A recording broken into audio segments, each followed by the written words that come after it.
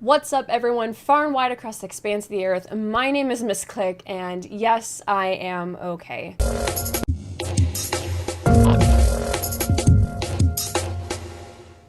Oh my lord, y'all. Oh my goddesses of the land of Hyrule and all that dwell within. What just happened yesterday? So I wanted to really quick make a follow-up video after the events that happened yesterday because I pretty much ended all my streaming pretty abruptly, a lot faster than I normally do. For those of you who know me, I do stream every day, and normally we kind of draw it out forever, and that's basically what we do together every single day. So for me to end stream so suddenly, to upload and edit all of the things that we saw yesterday with the Nintendo E3 Direct, you know it's gotta be a big deal. First off, I just wanted to address how awesome the Nintendo E3 Direct actually ended up being as a whole.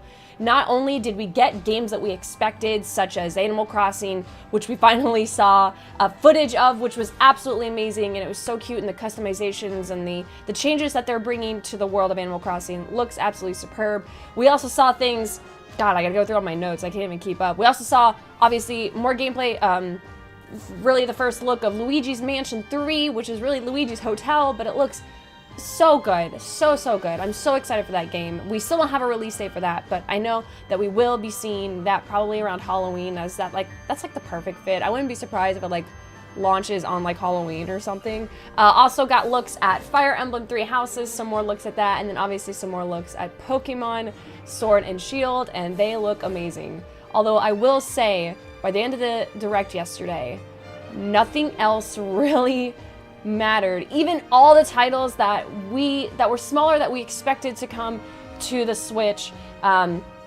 such as like all the Final Fantasy and the Secret of Mana, which was really cool to see. We also had the Dragoon remake, which I personally have never really played, but I know so many people were screaming over that. Absolutely amazing. And then obviously like Dragon Quest with the Dragon Quest DLC character for Smash, and then freaking Banjo-Kazooie, y'all.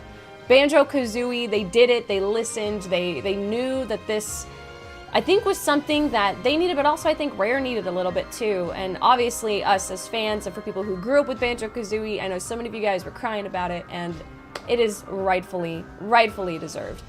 Awesome, just celebration of the entire Direct yesterday and the feats that they had, which are coming to the Switch. Like, there were just so many titles. Spyro just getting kind of just dropped in the middle of that montage, and you're like, wait, what? Excuse me? They just had so many things that were just like, oh my god, oh my god, oh my god. And then to end it off like, ha ha ha, we have one more thing to show you. You think that that's pretty much it for this time, but no, you were wrong. I know, I've read y'all's comments. I was so wrong. They did, in fact, have an amazing experience to give us for the very end of the Nintendo 2019 E3 Direct. And that happened to be Breath of the Wild 2. Breath of the Wild sequel, whatever you want to call it, the Majora's Mask treatment to Breath of the Wild. It's basically all been said at this point. Oh my god, you guys. I don't even think you understand. We pretty much knew that they were probably going to stick with the same engine. For those of you who are not aware, Breath of the Wild is one of the best in-game engines out of games really of this generation. The ragdoll physics, the environment, the level of intricacies that they put into this game and to the environment in which you can interact with is so unlike so many other games out there that I think is changing the tide in which how open world games are going to be experimented with. Is it perfect? No. But is it a league of its own? Absolutely. So I am not surprised. I don't think most of us who are well aware of how Nintendo kind of works, I think we realized that they hit a gold mine, and I think they realized it too, that Breath of the Wild was an amazing game. Like one of the best games pretty much of this generation, but also of the Zelda franchise really recently too, and the fact of like they experimented with something for the first time and they just nailed it. Now, again, it wasn't perfect, but again, we'll get into that here in a little bit. We're gonna be talking about Zelda, and I'm so excited. I should be streaming right now, but I'm not because it's Zelda and we gotta make a video on it, and I'm making more videos this time around because, oh my god, we're getting another go at this. And okay, anyways, so I was expecting to probably see something from Zelda next year, because we saw something from, obviously, Link's Awakening this year. I was like, oh, that's perfect. They'll give us some buffer time. We usually go back and forth between handheld, which is now just going to be Switch top-down, and the console experiment. Like, that's fine. That's fine. So I was expecting something next year, and then we'd probably see something 2021. Whether or not that'd be available by then, I don't know. But now this, like, changes everything. Like, oh my god. Like, we just got a really juicy teaser for Breath of the Wild, and it looks like the game is coming along just perfectly. Like, oh my god, I can't even. Okay, anyways, so it is a confirmed Breath of the Wild sequel. We do know this as much. You guys are all well aware. So it is getting the Majora's Mask treatment. Because of that, a lot of the factors that were into the Breath of the Wild, the first one, you know, they're kind of being brought over, so it's not like they're having to create everything from scratch again. So possibly, like, we'll get into like the possible release date later, but this just like changes everything. And not only is it a sequel, but literally, like, looking at all of this stuff, I'm hitting my mic, I'm so excited. Literally, we don't have the full story to Breath of the Wild. And I think that is what is one of the coolest things, and also the scariest things about Breath of the Wild, that we thought we completed the game. We thought, you know, like, oh, it sucks that we couldn't really see Ganondorf. You know, we didn't really get to, like, see the whole change, the whole development of him becoming just this pure malice. Like, we really didn't finish the game at all. Like, this is just the beginning. It looks as from the start of it that this is going to be almost like a dark mystery game. Again, it could be completely different, but is this a dark mystery game? And something had to have happened. Like, something has to happen in the beginning of this game to bring Link and Zelda down to the basement. The basement, as I say, like, as the memes say it now already at this point. Oh my god, there's already Breath of the Wild 2 memes. Oh my god. But something has to happen to bring them down there. From the looks of it, you know, Zelda's already got a cloak on. Like, she's just not wearing that just normally around the castle. Yes, she is in her adventuring and her hiking outfit, as I guess you could call it. But she is wearing a cloak, and as you know, that's usually when things get serious, is when you put on that black cloak. Because, you know, that's usually when you end up getting chased by, like, guardians, or I guess now at this point, weird zombie men who closely resemble someone we might know. I'll get to that in a second. Just, is this game? We saw the surface of Breath of the Wild. We saw that this occurred in the basement of Hyrule Castle. Are we going to be staying down there, or are we going to be seeing the overworld, the beautiful landscape that is Hyrule? And, like, oh my god, like, are we... I don't even know how to describe this. Like, has enough time gone by in the land of Hyrule for us to go back to the overworld in which things have changed? Do we get to see the rebuilding of Hyrule?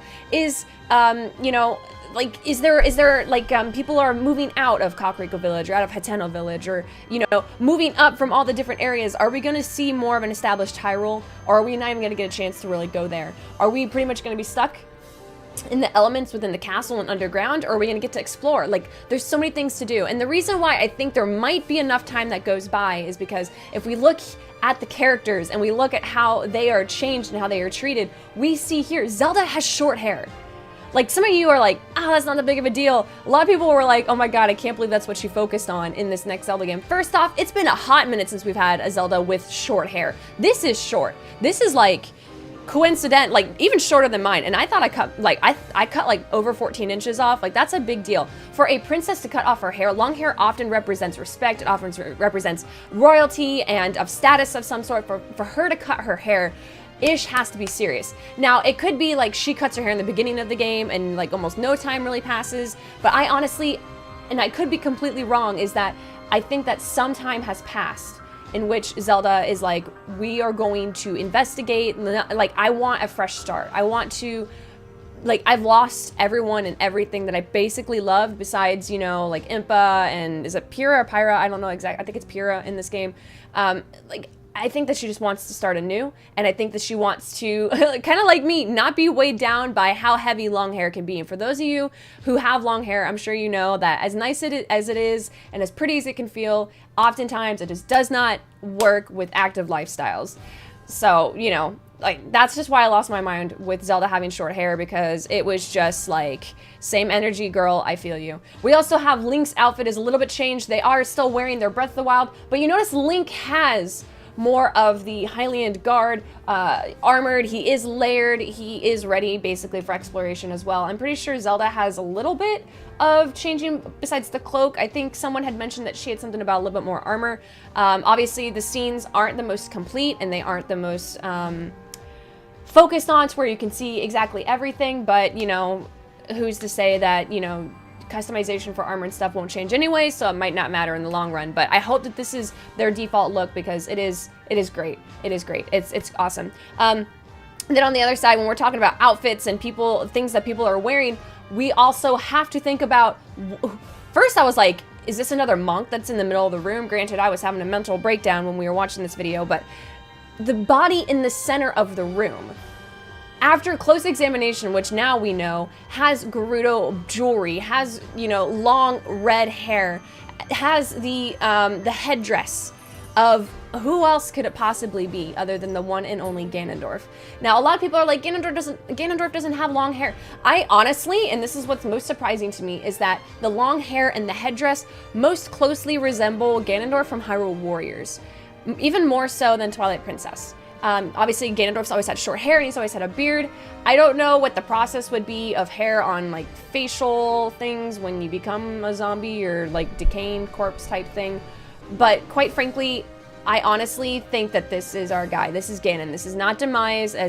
For spoilers, if you haven't played Skyward Sword at this point, Demise basically was absorbed into the sword. He's basically the whole reason why he is, like, the sword is basically the bane of Evil's blade, because he is absorbed. It's kind of like a repellent of sorts, and he had fire for it, freaking fire, y'all. He also had a scar across his face. I think we would still see that scar, like, when you think about it. And then also, again, his hair was fire. I'm pretty sure it'd be like extinguished, that's the word. So I honestly don't think it's Demise, but again, I could be completely wrong. I just, at this point, I don't think that Demise would be able to be back, other than the cycle would actually have to end up after that because of the hatred incarnate kind of respawning. And I feel like that would kind of like be the conclusion if he was able to come back somehow. Anyways, so, but thinking of that, and I have a picture here that I want to like bring across the screen really quick, is this character. It could be Ganondorf, but was Ganondorf bad? Like, oh my god, and it's crazy for me to say this, but looking at this image, you guys, looking at this image, and if you remember back in Breath of the Wild, and I know this has already been brought up several times, but thinking back to Cass's theme from, Cass's, the tale that his mentor always taught him, literally look at this. Y'all, so many of us were like, what the heck? This doesn't look like Link. Maybe Link was a Gerudo at some point. We know it's the spirit of the hero. It doesn't always have to be a fairy looking boy. Like maybe he was of the Gerudo tribe of some sort. If you look even closer, like zooming in, and some people have already been drawing up aspects of this. If we look here at Ganondorf, I personally think that this white around his body is actually the jewelry that we see, that when the body falls over, it's of a chest piece of some sort. I honestly think that this, for the first time ever, which I've been hoping for so long, that we might possibly see a Ganondorf that is of, like, good intention. A Ganondorf, or even if that's not his name, we are seeing a Gerudo that is possibly the hero for the first time. And I honestly, like, that just changes so many aspects about this game, in which the sense of maybe the Hyrulean family, the royal family, is not as perfect as we hoped that they would be. Excuse me, I'm like losing my voice still because it's just not coming back, but this game is taking it away. Could it possibly be that Ganondorf, or whoever this character is, could it possibly be that he was, like, he's had to sacrifice himself?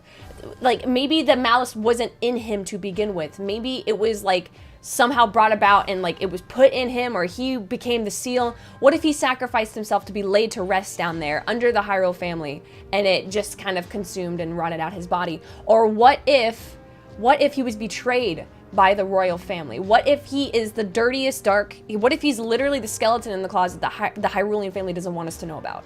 Like, oh my god, like that would be, like, we know that there are like secrets and different tales told, like through, you know, think of like the Shadow Temple throughout Ocarina of Time, you know, like the graves and the Hyrulean family being buried in specific parts of the graveyards and stuff. Like, it's just, there's so many different things that possibly could be dug into. And also, going into that, the hand that is holding down Ganon, the green that is swirling around it, we don't really, like, what? Where is, like, the green, like, it's almost like a turquoise, and we think of, like, Midna, we think of the light spirits from Twilight Princess. The rocks that are jutting out around the body look very similar to the rocks that we see in the light spirits throughout the light springs of the Twilight Princess realm. Could we possibly be getting some Twilight Princess inspiration in from this? Is it just a coincidence? Could we see a revival of the Twilight realm? Could we see the comeback of Midna and her people, or maybe just her people, her predecessor? Because it's been a long time, and I don't think Midna is immortal.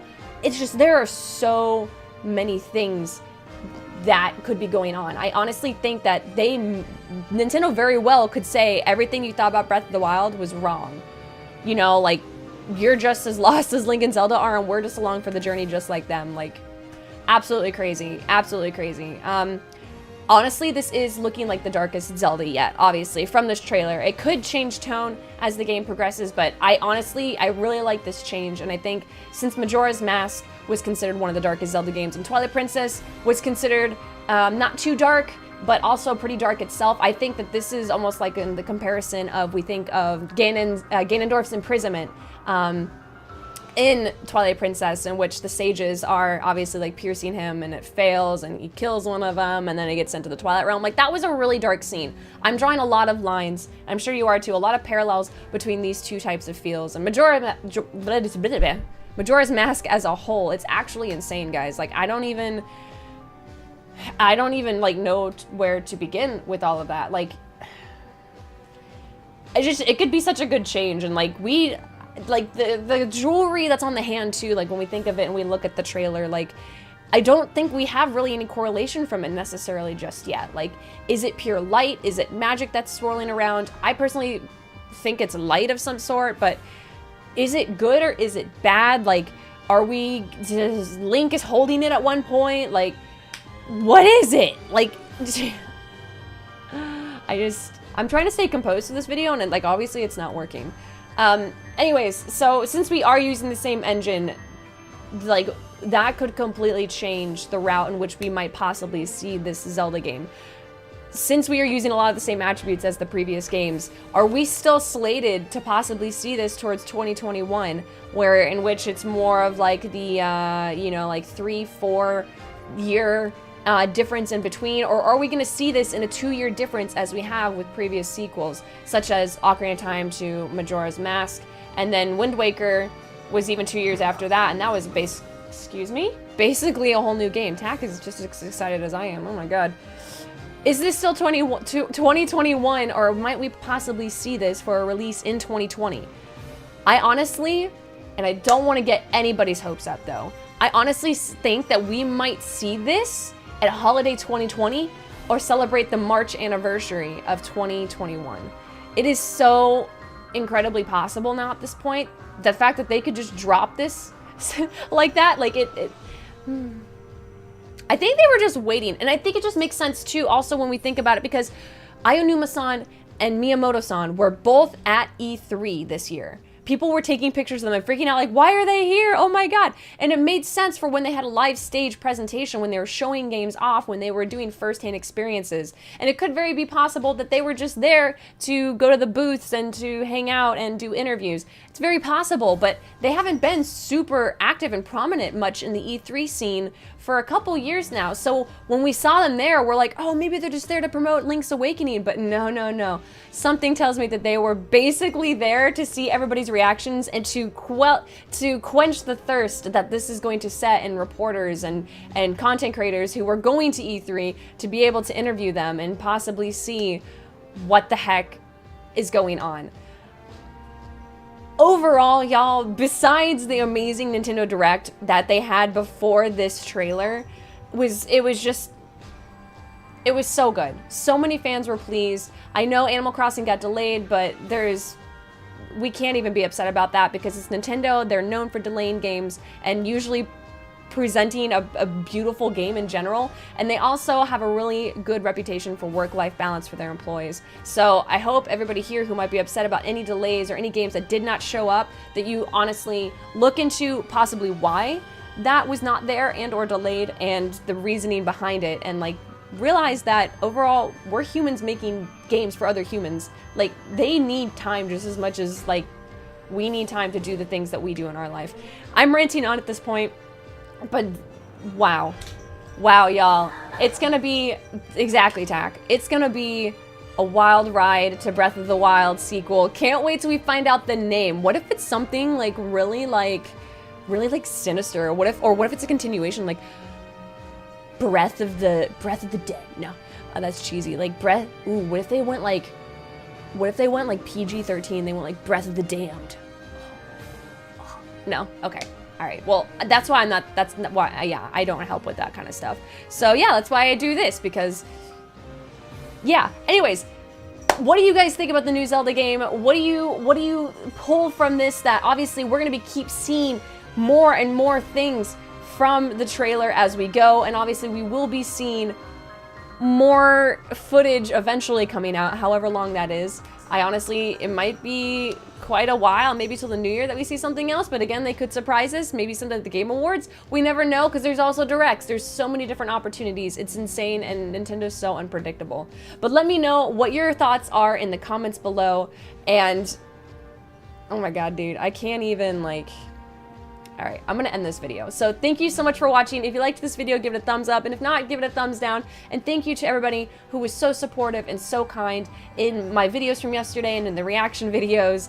Like, it's so cool to see the Zelda community come together, and I just personally wanted to say thank you to everyone who has been along on the journey of these channels since our very first video together on YouTube, which was the reaction to Breath of the Wild release date trailer. So it's been basically full circle, and I could not be more thankful for meeting all of you and for bringing this Zelda community together and making the world feel that much more warmer and smaller. And I wouldn't be here without y'all. So to all my Zelda fans out there, I love you so much. You're absolutely beautiful.